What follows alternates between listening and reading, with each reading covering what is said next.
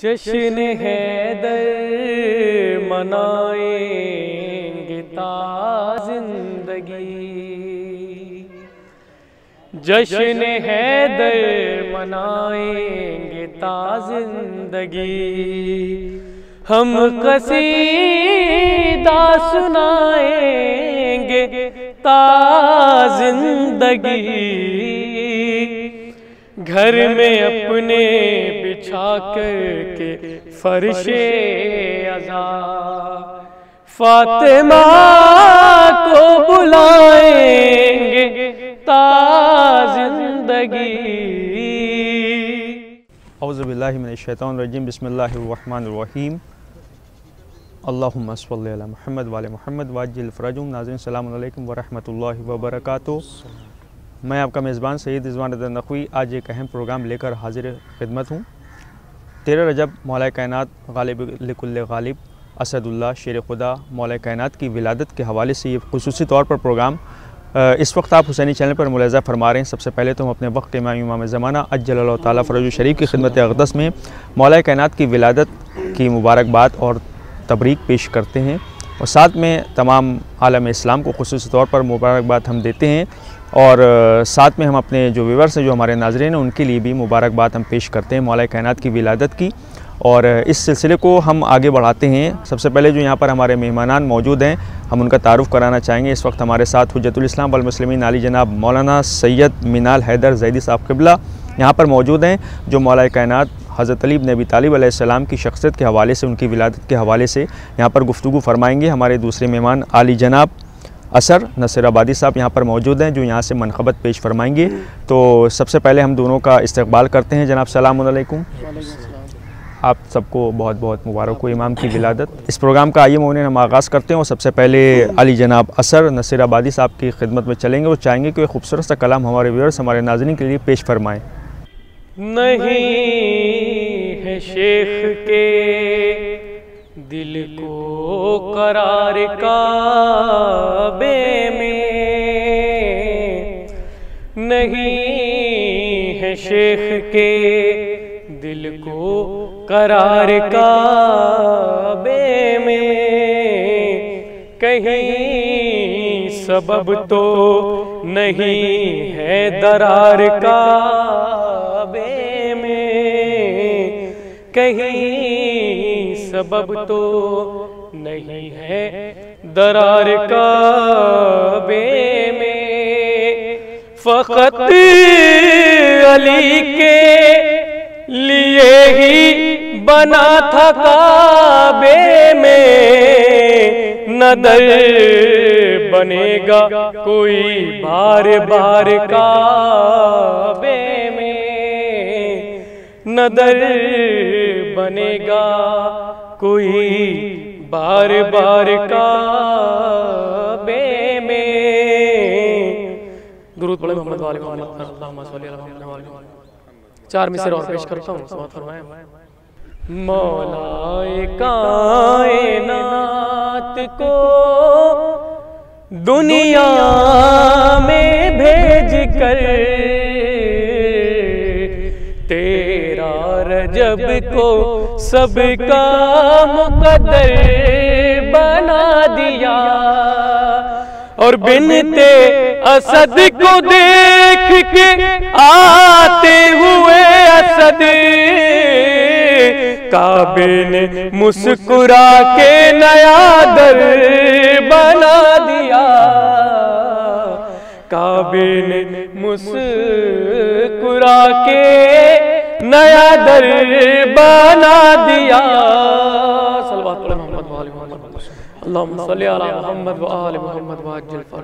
ये तो थे आली जनाब असर नसीराबादी साहब, जो यहाँ से कलाम पेश फरमा रहे थे। अब हम चलेंगे हुज्जतुल इस्लाम वल मुस्लिमीन आली जनाब मौलाना सैयद मीनाल हैदर ज़ैदी साहब क़िबला की खिदमत में, और उनसे जो मेरा सवाल है कि माह रजब की फ़जीलत अहादीस की रोशनी में क्या है, इस हवाले से हमारे जो व्यूअर्स हैं, जो नाज़रीन हैं, उनको बताएं क्या है फ़जीलत माह रजब की। औज़ु बिल्लाहि मिनश शैतानिर रजीम, बिस्मिल्लाहिर रहमानिर रहीम, अल्हम्दुलिल्लाहि रब्बिल आलमीन वस्सलातु वस्सलामु अला अहलि बैतिहि अत्तय्यबीन अत्ताहिरीन, अम्मा बाद फ़क़द क़ाल रसूलुल्लाह सल्लल्लाहु अलैहि व आलिहि वसल्लम, युसम्मी शहरुर रजब अल असब लिअन्न रहमत तुसब्बु अला उम्मती फ़ी है।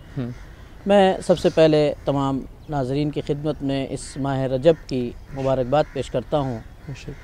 और आप देखें कि ये मुबारक महीना जो चल रहा है नहायत बाफ़ज़ीलत और बाबरकत महीना है कि जिसके सिलसिले से मुख्तलिफ़ अहादीस में जो है वो आया है कि ये कितना बाबरकत महीना है। ख़ुद पैगम्बर अकरम हज़रत मोहम्मद मुस्तफ़ा सल्लल्लाहु अलैहि व आलिहि वसल्लम का इरशाद माह रजब के सिलसिले से कि आपने फ़रमाया कि ये माह रजब को माह असब भी कहा जाता है। अच्छा, माह असब। जैसा जैसा कि तारीख़ में है कि रजब के बहुत से नाम हैं और ज़िक्र किए गए हैं। उन्हीं नामों में से जैसे शहरुल मुरज्जब कहा जाता है, उसी तरीके से शहरुल असब भी इस महीने को कहा जाता है। और पैगम्बर अकरम की इस हदीस के मुताबिक अगर आप गौर करें तो इस रजब को शहरुल असब इसलिए कहा जाता है कि पैगम्बर फरमाते हैं कि इस माह में हमारी उम्मत पर रहमतों का नुज़ूल होता है। जज़ाकल्लाह, बेशक। वैसे तो हर माह में परवरदिगार की रहमतें नाजिल होती हैं, लेकिन ये ख़ास वो महीना है कि जिसके लिए पैगम्बर ने कलमे असब का इस्तेमाल किया है। अच्छा। और इसके माना पर अगर गौर करें तो आप देखें कि ये असब नुज़ूल के माना में नहीं है, बल्कि किसी चीज़ को उंडेल देना। अच्छा। या मौसलाधार बारिश जिस तरीके से होती है उसके मानों उसी में आता है तरीके से रहमतें नाजिल होती हैं बंदों पर। अच्छा अच्छा, उम्मत पर परवरदिगार इस माह में जो है वो रहमतें नाजिल करता है। ये एक नहायत मुबारक महीना है कि जिसका आगाज़ ही हमारे और आपके पाँचवें इमाम मोहम्मद बाक़िर अलैहिस्सलातु वस्सलाम की विलादत बासादत से होता है। जी जी। और फिर उसके बाद अगर आप आगे बढ़ें तो देखें कि इस माह में बेशुमार मुनासिबतें पाई जाती हैं, विलादतें पाई जाती हैं। जहाँ हमारे दरमियान दो मोहम्मद तशरीफ़ लाए हैं और इसी महीने में दो अली भी तशरीफ़ लाए हैं। जी जी। नहायत मुबारक महीना के जिसमें मुख्तलिफ़ आमाल भी जो है वो जिक्र किए गए हैं कि इस माह में कौन कौन से आमाल अंजाम देना चाहिए। रोज़ों का बहुत सवाब है जी। इस माह में सदक़े देने का सवाब है। हाँ। इसी तरीके से इस्तिग़फ़ार, कलमे इस्तिग़फ़ार जो है इंसान ज़ुबान पर जारी करता रहे, इसलिए कि ये महीना जो है वो रहमत का महीना है। बाज़ अहादीस में आया है कि पैगम्बर ने फरमाया कि ये महीना खुदा का महीना है। अच्छा अच्छा। और फिर माह शाबान पैगम्बर से मंसूब है और फिर माह रमज़ान के लिए कहा जाता है कि वो उम्मत का महीना है जी। लेकिन दीगर अहादीस में अगर आप देखें तो इसी माह को मौला कायनात हज़रत अली इब्न अबी तालिब अलैहिस्सलातु वस्सलाम से मंसूब किया गया है। बेशक मौलाना साहब, जैसे कि आपने बहुत अच्छी गुफ्तगू की कि भाई अभी जो ये माह रजब चल रहा है, इसके बाद फिर शाबान का महीना आएगा, फिर रमज़ान का महीना आएगा। तो माह रमज़ान का जो महीना आएगा तो उसके लिए कहाँ बहुत सी हदीस में ज़िक्र मिलता है कि भाई आप रजब से उसकी तैयारी करें और रजब में अपने को इतना प्रिपरेशन कर लें कि माह रजब में आप जो है जो रोज़े हैं वो भी आप रखें, उसके बाद जो है कार खैर भी करें और बाकी जो है विलादत और जश्न भी मनाएं, ताकि आप इसके बाद जो है दाखिल होंगे फिर शाबान के महीने में, तो उसमें भी आप आमाल बजा लाएँ, उसके बाद फिर आप रमज़ान के महीने में दाखिल होंगे। जी, इसकी ताबीर कुछ इस तरीके से की गई है हदीस में कि इंसान माह रमज़ान के लिए माह रजब से आमादा हो। जी जी जी, बेशक। एक जहत से तो ये कि जिस तरीके से इंसान किसी पौधे का बीज बोता है, तशबीह दी गई है कि माह रजब गोया ऐसा महीना कि जिसमें इंसान बीज बोता है वो और उसका फल रमज़ान शाबान में उसकी आबियारी करता है जी। और फिर माह रमज़ान में उसका फल नसीब होता है, जज़ाकल्लाह, सुभान अल्लाह, उससे जो है उसकी जज़ा मिलती है। जी जी। ये माह रजब इस उन्वान से अगर आप देखें तो एक नहायत मुबारक महीना है कि जिसको इब्तिदा करार दिया गया है जी। और दूसरी तरीके से ये भी कहा जा सकता है कि अगर इंसान को खुदा तक पहुंचना है, इंसान को खुदा की मारिफत हासिल करनी है, तो हमें भी इस तरीके से जाना होगा जी। यानी वो महीना कि जिसे मौला कायनात से मंसूब किया गया है, हम पहले उन तक पहुँचे, यानी बाब मदीनतुल इल्म जिन्हें करार दिया गया है। फिर उनसे जब हम दाखिल होंगे तो पैगम्बर की शख्सियत तक पहुँचेंगे जो यानी माह शाबान जो पैगम्बर से मंसूब है। और फिर पैगम्बर की मारिफत हासिल करने के बाद फिर हम इस लायक बन जाएंगे कि खुदा की बारगाह में सर झुकाएं, और फिर वो महीना यानी माह रमज़ान जब आएगा तो हम इस लायक हो जाएंगे कि हमारी सांस लेना भी जो है हमारी इबादत हो जाएगी, वो अल्लाह की हमारा सोना और जागना भी इबादत बन जाएगा। बेशक बेशक। ये एक तरीका है, एक सिलसिला है जो अहादीस में बयान किया गया है। जी, इसी तरीके से माह रजब के सिलसिले में कहा गया है कि माह रजब जन्नत की एक नहर का नाम है। जी मौलाना साहब, मैं यहाँ पर आपको अभी रोकना चाहूँगा। मैं यहाँ पे फिर से आऊँगा कि माह रजब जो है वो जन्नत की एक नहर का नाम है। इससे पहले हम चलेंगे आली जनाब हसन नसीराबादी साहब की खिदमत में और चाहेंगे कि खूबसूरत सा कलाम वो हमारे जो व्यूअर्स जो नाज़रीन मोमिन उनके लिए पेश फरमाएँ। चार मिसरे पेश करता हूँ, समाप्त फरमाएं। अल्लाह ऐसे शख्स से राजी नहीं हुआ, अल्लाह ऐसे शख्स से राजी नहीं हुआ, जो जिक्र शह के साथ नमाजी नहीं हुआ, जो जिक्र शह के साथ नमाजी नहीं हुआ, और जैसे नहीं जवाब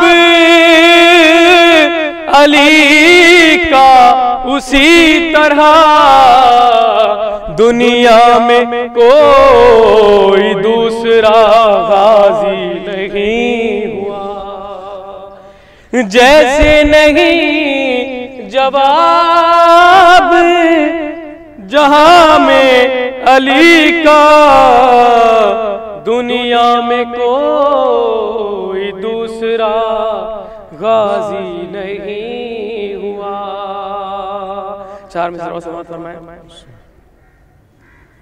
ऐसा था करबला में गज़नफ़र को रोकना, ऐसा था करबला में गज़नफ़र को रोकना, मुश्किल हो जैसे बहते समंदर को रोकना, और ज़ैनब ने आने वाली क़यामत ही रोक ली, आसान नहीं था सानिए हैदर को रोकना, आसान नहीं था सानिए हैदर को रोकना, आसान नहीं था।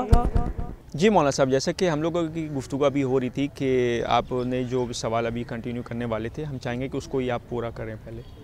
जी, माह रजब के सिलसिले से मैं कह रहा था कि इंसान जो है इस महीने से जो है वो परवरदिगार के महीने तक पहुँचता है। जी, और देखें आप, मुख्तलिफ़ अहादीस में है कि इसमें कहा गया कि युज़ाअफ़ु फ़ीहिल हसनात, नेकियां जो हैं वो कई बराबर हो जाती हैं। जी जी जी जी। और कहा गया है कि इस माह में जो रोज़ा रखेगा उसको कई 100 साल जो है जहन्नम से उसे दूर कर दिया जाएगा। जी जी। एक हदीस में है कि जो इंसान इस माह के आगाज़ में रोज़ा रखे, वसत में रोज़ा रखे और आखिर माह रजब में 3 रोज़े यानी रखे तो उसके ऊपर जन्नत को वाजिब करार दिया गया है। बेशक बेशक। जी जी। इस तरीके से इंसान की तरबियत कर रहा है परवरदिगार के इंसान का नफ्स जो है वो आमादा हो माह शाबान और माह रमज़ान के लिए। जी जी जी। और फिर जो बात मैं कह रहा था कि वो ये कि माह रजब यानी ख़ुद रजब के नाम से जन्नत में एक नहर पाई जाती है और उसके सिलसिले से ये कहा गया है कि उस नहर से सिर्फ वही पानी पिएगा कि जो इस माह में रोज़ा रखेगा, जो इस माह में रोज़ा रखेगा। इसी तरीके से रजब के नाम का एक किला भी मौजूद है जन्नत में। अच्छा। और जी, उस किले में भी वही दाखिल होगा कि जो इस माह में रोज़ा रखेगा और इसकी बरकतें हासिल करेगा, इससे इस्तिफ़ादा करेगा, इस माह में इबादत इलाही अंजाम देगा, दुआएं करेगा, इस्तिग़फ़ार करेगा और उसके साथ साथ रोज़ों की बेशुमार फजीलत है इस माह में, ताकि हम अपने नफ्स को जो है वो आमादा कर सकें आइंदा माह के लिए। जी मौलाना साहब, बहुत अच्छी आपने गुफ्तगू की। दिल चाहता है कि कुछ मैं भी अर्ज़ करूँ।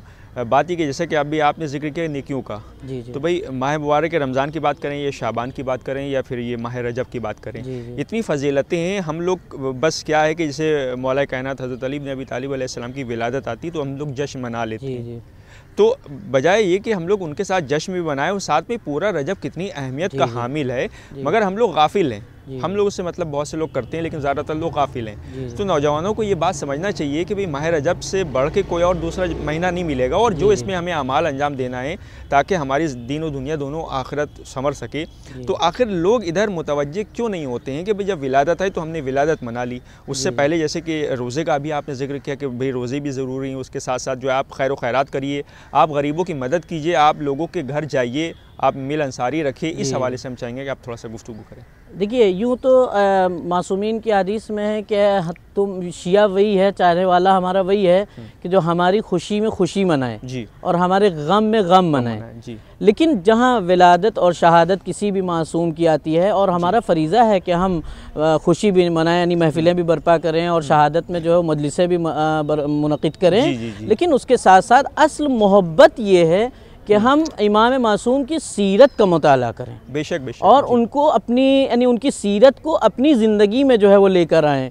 और खुसूसन मैं अक्सर ये कहता हूँ कि किसी भी इमाम की विलादत या शहादत हो, हमें कोशिश करनी चाहिए कि इमाम की इतनी सारी जहाँ हदीसें मौजूद हैं वहाँ सारी हदीस ना, कोई एक हदीस का इंतखाब करें और उसको हम अपनी ज़िंदगी में अपनाएं कि आज अगर इमाम की विलादत है तो उससे बेहतरीन मोहब्बत का तकाज़ा ये कि हम उनकी एक हदीस पर कोशिश करें कि कम से कम उस पर एक अमल करें। और अगर हमेशा हम इस सिलसिले को बाकी रखेंगे तो अइम्मा मासूमीन की मुख्तलिफ अहादीस पर हम अमल करेंगे और उन तक पहुँचेंगे। यानी हकीकी मारिफत और हकीकी मोहब्बत यही है कि हम उनकी सीरत पर चलें। और फिर तो माह रजब ये मुनासिबतों का महीना, और इसमें जो है वो मुख्तलिफ जो है मासूमीन अलैहिस्सलाम की जो है वो विलादत पाई जाती है, और इसका जो है आगाज़ ही जो है 5वें इमाम की विलादत से होता है, जैसे कि मैंने बयान किया। और उसके बाद आप देखें 10वें इमाम की विलादत है, और फिर जो है वो 9वें इमाम की विलादत है। इसी तरीके से 5वें इमाम और मौलाए कायनात हज़रत अली इब्न अबी तालिब अलैहिस्सलाम की विलादत 13 रजबुल मुरज्जब को है कि जिस दिन हम जश्न मनाते हैं। यकीनन जश्न मनाएं, खुशियाँ बांटें, और जो है एक दूसरे के घरों पर मिलने जाएँ, लेकिन उसके साथ साथ हम कोशिश करें कि मौलाए कायनात की सीरत और दीगर मासूमीन अलैहिस्सलाम की सीरत का मुताला करें और जो है हम अपनी ज़िंदगी में उसे अपनाएं, इसलिए कि ये मासूमीन अलैहिस्सलाम हमारे लिए नमूने अमल हैं, बेशक बेशक, हमारे लिए आइडियल हैं। हम कोशिश करें कि इनकी ज़िंदगी को पढ़ें और अपनी ज़िंदगी में अपनाएं। बेहतर है मौलाना साहब, मैं आपकी तरफ दोबारा भी आऊँगा। मैं असर नसीर आबादी साहब की खिदमत में चलना चाहूँगा कि एक और वो खूबसूरत सा कलाम हमारे व्यूअर्स, हमारे नाज़रीन के लिए पेश फरमाएँ। भाई रिजवान साहब, मौलाना साहब, एक मनक़बत के कुछ बंद मैं पेश कर रहा हूँ, समाअत फरमाएँ। गई जिंदगी यूं सवर धीरे धीरे, गई जिंदगी यूं सवर धीरे धीरे, के होती है जैसे सहर धीरे धीरे। यहाँ से समाअत फरमाएं कि फ़ज़ाइल को मौला के कम करने वालों, फ़ज़ाइल को मौला के कम करने वालों, निकालूंगा तुमसे कसर धीरे धीरे, निकालूंगा तुमसे कसर धीरे धीरे। और अली बन गए जब ज़माने के मौला, अली बन गए जब ज़माने के मौला, बहुत रोया कोई बशर धीरे धीरे, बहुत रोया कोई बशर धीरे धीरे। और तुम्हें मुफ्तियों में समझ बूझ लूँगा, तुम्हें मुफ्तियों में समझ बूझ लूँगा, सुधर ना गए तुम मगर धीरे धीरे, सुधर ना गए तुम मगर धीरे धीरे।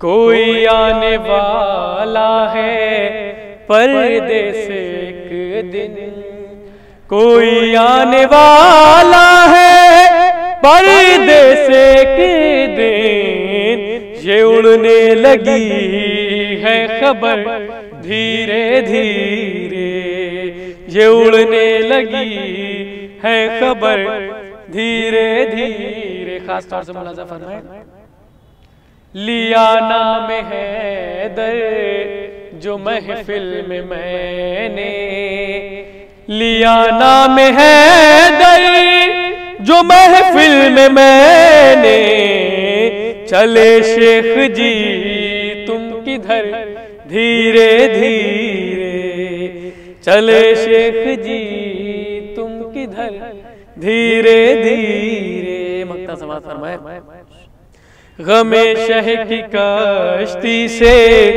जन्नत की जानिब, गमे शह की कश्ती से जन्नत की जानिब, असद भी करेगा सफर धीरे धीरे, असद भी करेगा सफर धीरे धीरे। अल्लाहुम्मा सल्ली अला मुहम्मद व आले मुहम्मद।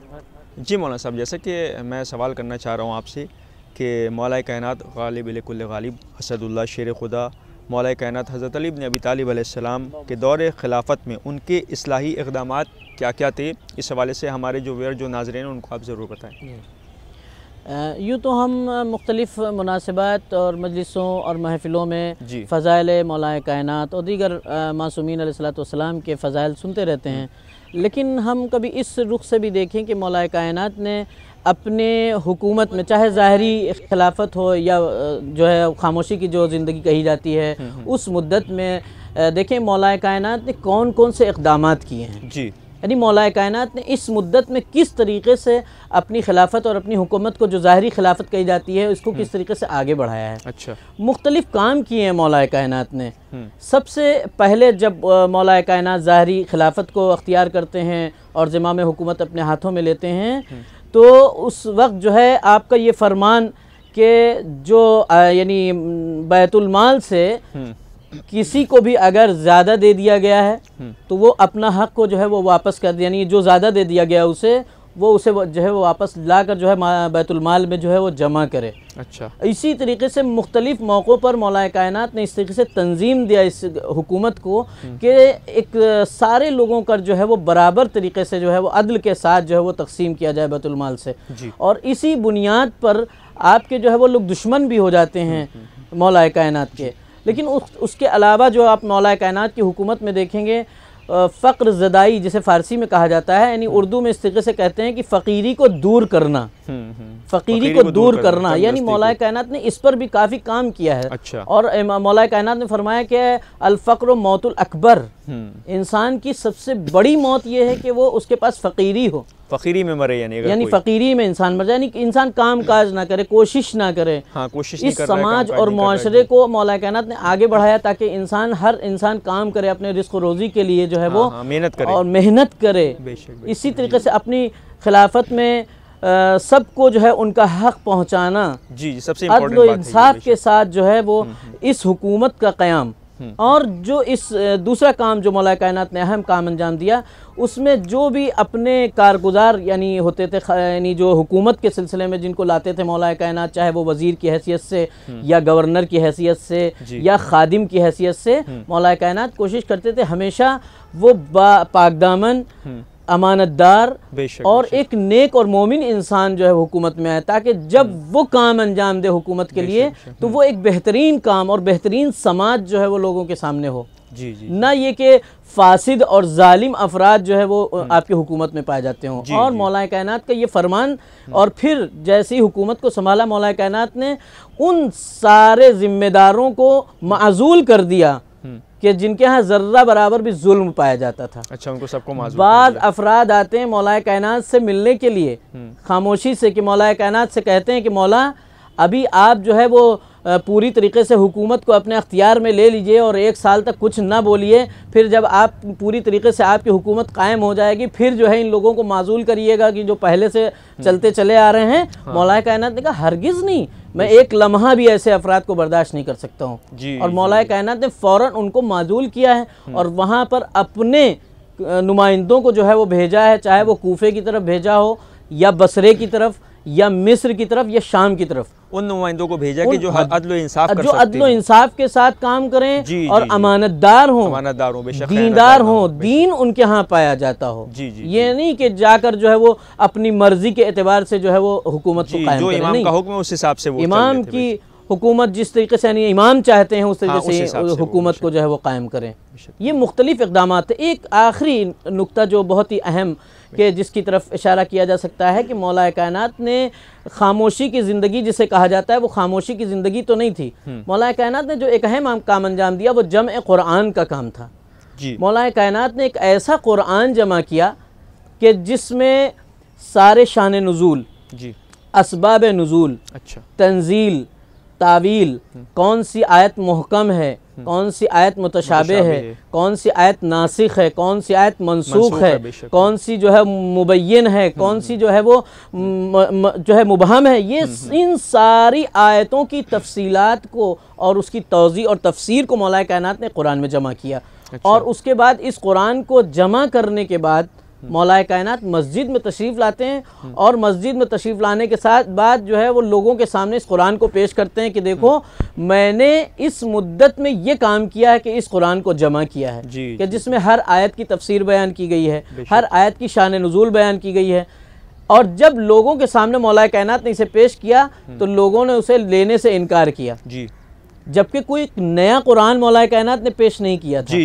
लेकिन उसकी वजह ये थी कि मौला कायनात ने हर आयत की शान नुज़ूल तहरीर की थी और कि कौन सी आयत किसकी फजीलत में नाजिल हुई है और कौन सी आयत किसकी रजीलत में नाजिल हुई है। लिहाजा वो डर ये रहे थे कि अगर मौला कायनात के इस कुरान को कबूल कर लें तो फिर हमारी हकीकत लोगों के सामने आ जाएगी कि हमने किस तरीके से जो है वो हुकूमत पर जो है वो कब्ज़ा किया हुआ है या किस तरीके से हम लोगों के सामने आते हैं। लिहाजा लोगों ने मौला कायनात के उस कुरान को लेने से इनकार किया और मौला कायनात नाराज़ हो जाते हैं और उस कुरान को अपने पास रख लेते हैं और कहते हैं कि ये कुरान तुम हरगिज़ देख नहीं सकोगे। लेकिन ऐसा नहीं है, वो कुरान मासूमीन के हाथों मुंतकिल होता रहा और आज भी वो कुरान मौला कायनात का जो जमा किया हुआ कुरान था वो आखिरी इमाम ज़माना अज्जलल्लाहु ताला फ़रजहु शरीफ के दस्ते मुबारक में पाया जाता है, ताकि उस कुरान में कि जिसमें सारी चीज़ें बयान की गई थी उससे लोगों की हिदायत की जा सके और सारी चीज़ें उससे समझी जा सकें।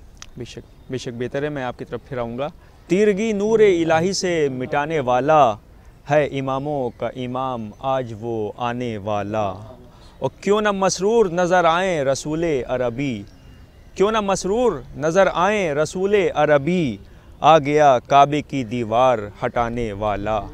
और गोद में काबे की बच्चा है अबू तालिब का, गोद में काबे की बच्चा है अबू तालिब का, और चीर कर कल्ले अजदर को दिखाने वाला।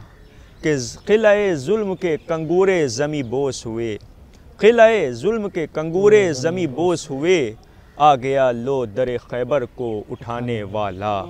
और माँ ने बतलाया था कि हैदर से न लड़ना मरहब, माँ ने बतलाया था कि हैदर से न लड़ना मरहब, तेरी गर्दन है वही शेर उड़ाने वाला, तेरी गर्दन है वही शेर उड़ाने वाला। अब हम एक बार फिर से चलेंगे असर नसीर आबादी साहब की खिदमत में, चाहेंगे खूबसूरत सा कलाम वो हमारे मोमिनीन हमारे नाज़रीन के लिए इस वक्त पेश फरमाएँ। एक मतला और कुछ शेर मैं पेश कर रहा हूँ। आखिर इमाम के हवाले से बात चल रही थी कि इमाम वो कुरान लेके आएंगे, मैं पेश कर रहा हूँ, समाअत फरमाएँ। अरीज़ा लिख के बताते हैं प्यार आज भी है, हर एक बशर को तेरा इंतजार आज भी है। और हुसैन आप के दुश्मन को मारने के लिए मचलती गैब में एक जुल्फ़कार आज भी है, मचलती गैब में एक जुल्फ़कार आज भी है। शेर खास तौर से मुलाज़ा फरमाए। जन्नतुल बक़ी के हवाले से कि तुम ही को करना है तामीर ऐ मेरे मौला, तुम ही को करना है तामीर ऐ मेरे मौला, कि फातिमा की शिकस्ता मज़ार आज भी है, कि फातिमा की शिकस्ता मज़ार आज भी है। जी मौलाना साहब, क्योंकि मेरे पास इस वक्त मुझे इजाज़त नहीं देता, क्योंकि काफ़ी टाइम हो गया है, और इंशाल्लाह इसकी दूसरी नशिस्त जो हम लोग फिर से करेंगे तो उसमें और जो सवालात हमारे रह गए वो हम शामिल करेंगे। फ़िलहाल बस मैं ये चाहता हूँ कि जो मोमिनीन ये प्रोग्राम इस वक्त देख रहे हैं उनके लिए 13 रजब जश्न विलादत इमाम हज़रत अली अलैहिस्सलाम की विलादत के इस ख़ास मौके पर यह प्रोग्राम हुसैनी चैनल की तरफ से मुनक़िद किया गया था, जिसमें हमारे साथ मौलाना सैयद मीनाल हैदर ज़ैदी साहब क़िबला जो हमारे दरमियान मौजूद हैं। इनके अलावा हमारे साथ असर नसीर आबादी साहब जिन्होंने यहाँ से कलाम पेश किया। अब हम इस प्रोग्राम का इख्तिताम करना चाहेंगे, तो मौलाना साहब 13 रजब के हवाले से हम चाहेंगे कि भाई इमाम की विलादत है, इमाम बाड़ों में, करबलाओं में, रोज़ों में और मसाजिद में आप देखें कि किस तरह इमाम की विलादत मनाई जा रही है, और उनकी जो हालात ज़िंदगी है उसको पढ़ के लोगों को बताया जाता है, बच्चों को, कि भाई आप सबको अमल करना है, वो हमारे पेशवा हैं, हमारे रहबर हैं, तो हम सब का फ़र्ज़ है कि उनकी जो ज़िंदगी है उससे हमारी, अगर हम उसको पढ़ेंगे और अमल करेंगे हम ख़ुद अपनी ज़िंदगियों में, तो हमारी दीन और दुनिया दोनों कामयाब होंगी। उनकी विलादत हम लोग मनाते हैं, नज़र का एहतमाम होता है, शीरीनी तकसीम की जाती है, घरों में ख़वातीन भी महफ़िलें छोटी छोटी करती हैं, उसमें घर की ख़वातीन और बाहर की औरतें जो आ जाती हैं उनके साथ इमाम की सीरत को बयान किया जाता है, फिर उसमें नज़र दी जाती है, उसमें उसको तकसीम किया जाता है। बस 13 रजब के हवाले से एक खुसूसी पैगाम आप दे दें, उसके बाद इस प्रोग्राम को मैं इख्तिताम की मंजिलों तक ले जाऊँ। जी यकीनन 13 रजब जो हमारे आने वाली है, यानी इमाम मौला कायनात हज़रत अली इब्न अबी तालिब अलैहिस्सलाम की विलादत बासादत, और हम सब इस खुशी के मौके पर खुशी मनाएं और महफ़िलें मुनक़िद करें। लेकिन इसके साथ साथ हम जो है इमाम की सीरत से गाफिल ना हो, और सबसे अहम बात यह है कि हम ख़ुद भी अमल करें इमाम की सीरत पर, और दूसरों को भी पैगाम दें और बताएं कि हमारे इमाम किस तरीक़े से थे और किस तरीक़े से उन्होंने ज़िंदगी जो है वो गुजारी है, उनके अहम असबाक और दुरूस क्या हैं, ताकि दीगर अफराद भी मारिफत हासिल करें, इमाम से आशनाई पैदा करें और जाने के मौलाए कायनात की शख्सियत कौन सी शख्सियत थी। सिर्फ क्या तलवार लेकर जो है मैदान जंग में आने वाले सिर्फ इमाम अली थे, या इबादतों में भी जो है आप जो है आपका एक मकाम था कि जहाँ जो है आप देखें कि आपके पैर से जो है वो तीर निकाल लिया जाता है और आपको जो है वो आपको पता नहीं चलता है, तो इबादत की भी ये मंजिल है। दूसरी तरफ आप आएँ तो देखें फ़ुक़रा और मोहताजों और जो है मिस्कीनों की मदद, किस तरह मदद की उन्होंने, देखें आप, ये भी एक इमाम की एक सीरत है। अदलो इंसाफ की बात अगर करें, अदलो इंसाफ की अगर बात करें तो दुनिया का हर इंसान अगर कत्ल किया जाता है तो कहा जाता है कि इसके जुल्म की बुनियाद पर इसको कत्ल कर दिया गया, लेकिन ये वाहिद इमाम हैं कि जिनके लिए दुनिया के ये कहती है कि मौलाए कायनात को कत्ल किया गया आपकी अदालत की बुनियाद पर। बेशक शिद्दत अदालत, यानी उनकी शिद्दत अदालत की बुनियाद पर मौलाए कायनात के लोग दुश्मन हो गए इस हद तक। यानी मौलाए कायनात ने आने के बाद ये पहला जुमला कहा था कि मैं भी तुम्ही में से एक हूँ, जो हक तुमको दिया जाएगा वही हक मुझे मिलेगा। बेशक। और आखिर हुकूमत में जब मौलाए कायनात का आखिरी वक्त आ रहा है और ये 4.5 या 5 साल की जो हुकूमत मौलाए कायनात ने यानी ज़ाहिरी खिलाफत जो अख्तियार की और लोगों के सामने हुकूमत की, उस वक्त जब मस्जिद में पूरे मजमे को जमा किया मौलाए कायनात ने, और जमा करने के बाद मौलाए कायनात ने खुतबा दिया और कहा कि तुम में से इस मेरी इस खिलाफत में, इस जो है हुकूमत में अगर कोई भी भूखा सोया हो वो खड़ा हो जाए, अगर कोई बेलिबास सोया हो, बेघर सोया हो वो खड़ा हो जाए। तारीख कहती है कोई एक इंसान भी बुलंद नहीं हुआ इतने हज़ारों के मजमे से कि आके कहे कि मौला आपके हुकूमत में मुझे एक रात खाना नहीं मिला, मुझे एक रात जो है बेलिबास सोना या बेघर सोना पड़ा, किसी एक ने भी नहीं कहा। और उसके बाद मौलाए कायनात का आखिरी जुमला यही था कि जिस हालत में और जिस कपड़ों के साथ मैंने ये हुकूमत कबूल की थी उसी कपड़ों के साथ मैं इस हुकूमत से जो है वो रुखसत हो रहा हूँ, यानी इस खुदा की तरफ जा रहा हूँ। ये आप देखिए किस तरीके से इस मुख्तसर मुद्दत में पूरी दुनिया के लिए मिसाल है, पूरी दुनिया के लिए मिसाल है कि इस मुख्तसर मुद्दत में ऐसी हुकूमत कायम करना कि कोई एक इंसान भूखा ना सोया हो, कोई एक इंसान बेघर ना सोया हो। ये पूरी दुनिया के लिए, सिर्फ चाहने वालों के लिए, सिर्फ शियों के लिए नहीं है, बल्कि इस पूरी कायनात के लिए मिसाल है कि वो सबक सीखें और मौलाए कायनात के जो असरात हैं, नहजुल बलागा जैसी किताब है उसमें जो खुतबे मौजूद हैं उनको पढ़ें, और जो जनाबे जो है वो जो ख़त लिखा है मालिक अशतर को मौलाए कायनात ने, उस ख़त का मुताला करें और देखें कि मौलाए कायनात ने किस तरीके से हुकूमत कायम की है। और हम इस खुशी के मौके पर इमाम की सीरत का मुताला करें और अपनी ज़िंदगी में उसको अपनाएं। बहुत बहुत शुक्रिया जनाब, उनसे बात करने के लिए बहुत बहुत शुक्रिया। तो ये तो थे हुज्जतुल इस्लाम वल मुस्लिमीन अली जनाब मौलाना सैयद मीनाल हैदर ज़ैदी साहब क़िबला, जो यहाँ से प्रोग्राम मौलाए कायनात हज़रत अली इब्न अबी तालिब अलैहिस्सलाम की विलादत के उन्वान से यहाँ पर जो प्रोग्राम मुनक़्क़िद किया जा रहा था इसमें गुफ्तगू फरमा रहे थे। और हमारे दूसरे मेहमान अली जनाब हसन नसर आबादी साहब, जिन्होंने यहाँ से मनक़बतें पेश फरमाई। अब अपने मेज़बान सैयद ज़ौनत नक़वी और हमारी हुसैनी चैनल की पूरी टीम को दिए इजाज़त। खुदा हाफिज़। आप सबको विलादत मौलाए कायनात मुबारक हो। मैं उसी सिलसिले से एक मनक़बत के कुछ अशार पेश करता हूँ। आखिर में एक समात फरमाएँ, सलवात पढ़े मोहम्मद वाले मोहम्मद। जश्न हैदर मनाएंगे ता जिंदगी, जश्न हैदर मनाएंगे ता जिंदगी, हम कसीदा सुनाएंगे ता जिंदगी, घर में अपने बिछा करके फर्शे अज़ा, फातिमा को बुलाएंगे ता जिंदगी,